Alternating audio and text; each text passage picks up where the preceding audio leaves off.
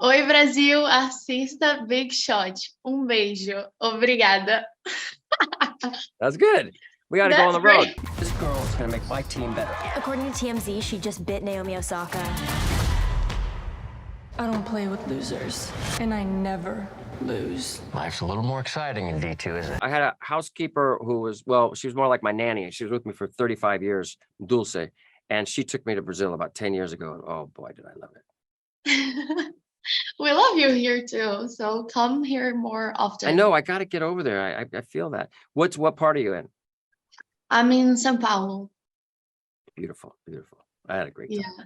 I want to start talking about this new season of Big Shot. Mhm. What would you say is the highlights of these new episodes? Well, there's a lot of highlights, but I think the smart thing was that we brought in the first episode. The school becomes co-ed because it was a girls' school, and so we get to, first of all kinds of stories open up with girls and boys, and of course me in the middle of it, like, and then it really highlights the inequality of women's sports versus men's sports, and just even minimum. I have this great scene with Holly.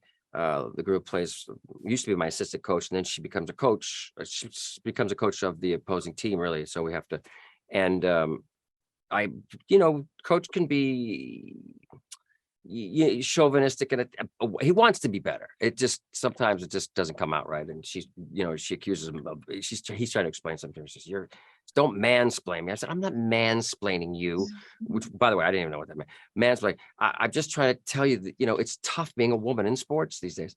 So it's a lot of that, which I think is really good. And then towards the end, there's a story that I pitched about when Bob Saget, my friend, passed away. I pitched this, like, what if Coach Korn lost one of his good friends, and he sees the outpouring of love that this guy gets, and then he starts thinking about his own legacy. What am I leaving behind? What have I done in my life? And so we did that story on episode 10, and I'm really proud. And a lot of your co-stars are teenage girls.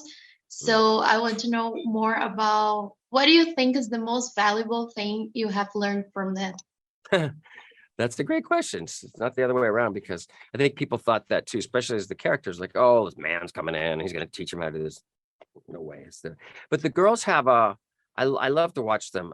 They have boundless energy, and they are fearless. And I remember when I first started, I was just like burst on the set and blah, blah, blah, and gave it your all, because you're not, then as the years go on, you start thinking too much. You're too much in your head. You're reading stuff about yourself.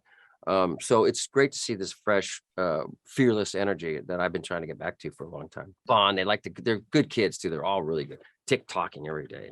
But it's, Yeah. I learn a lot from the youth. I mean, I'm not, I'm not one of those people that says I can't learn anything. I mean, I always hung out with older people in my life. I always had mentors, usually men, because my father died at a young age. So I've always looked up. I've always sort of found people to fill that spot.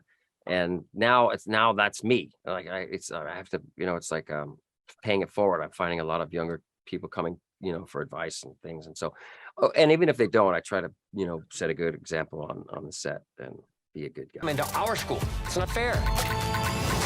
You know what I love is when he gets so upset that the little bang pops out and he starts stuttering.